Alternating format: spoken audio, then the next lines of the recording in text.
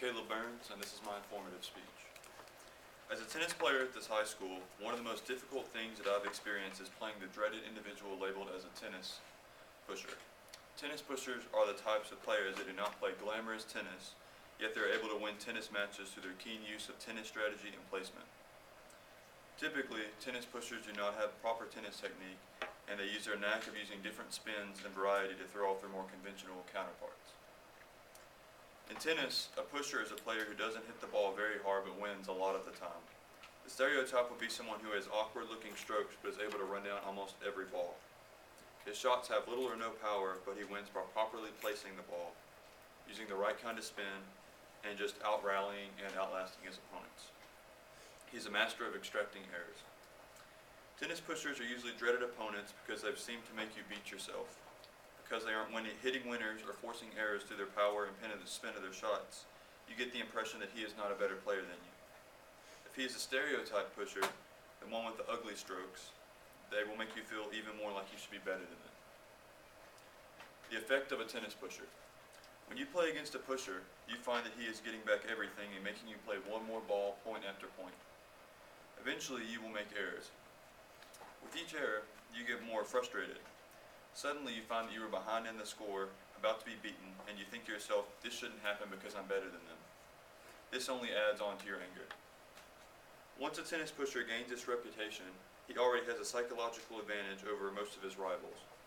If you have to play him, you're immediately under pressure to play well or even at your best if you want to have any chance of beating him.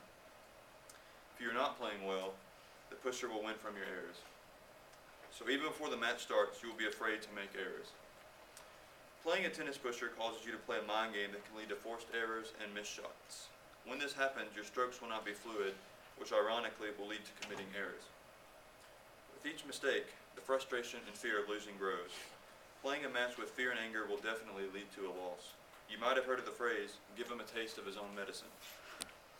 This is true to a certain extent. There are actually different ways to play a pusher type of game. The most common is to hit lots of floating slices, drop shots, angled slices, and lobs.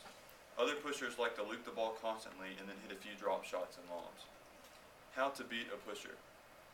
Movement is one of the keys to playing against tennis pushers. You should always keep your feet moving and adjusting properly to hit each shot. Another key is ball control. This always precedes power in terms of importance. Try to control your shots when playing the pusher. Hit at a much slower pace and go for proper placement. Never try to overpower the pusher because he likes to feed off your power. Trying to overpower someone almost means you will be making more errors, and mistakes are the most usual way for pushers to win points. Hitting a variety of shots is also very effective. Mix up your serves, returns, and rallying shots. Anticipation and early preparation are usually things one does best when playing a power player, but these can also be very useful when playing against a pusher. Proper mechanics need to be maintained because the pusher is always trying to make it as awkward as possible for you to hit your favorite shots. Another valid strategy in beating a pusher is not letting them control the pace of the game. When a pusher gains control, they are able to dictate at which rate the game goes, and it will often cause you to become angry and miss out on easy opportunities. Above all, the most important thing to remember is to never show fear or frustration, even if you're not executing well. Tennis pushers feed off your anger, so if you can somehow find a way to suppress any angry feelings, you will not be giving them as big as a mental advantage as they would want. All this goes back to respecting them as competitors. If you can acknowledge that they're doing a lot of the right things needed to win matches, then you can be calmer on court against them. You will not be thinking anymore how superior you are and how it should be so easy for you to beat this person. The more you see them as equals, the less there will be fear and frustration at the prospect of losing. The more you can play without fear, the better your chance of winning and the more fun you will have. In conclusion, pushers play a different pace of game and should still be respected. By playing as a pusher, you're still playing a valid game of tennis, but just at a different level. All in all, by playing a pusher, you are carrying out both a mental and a physical battle.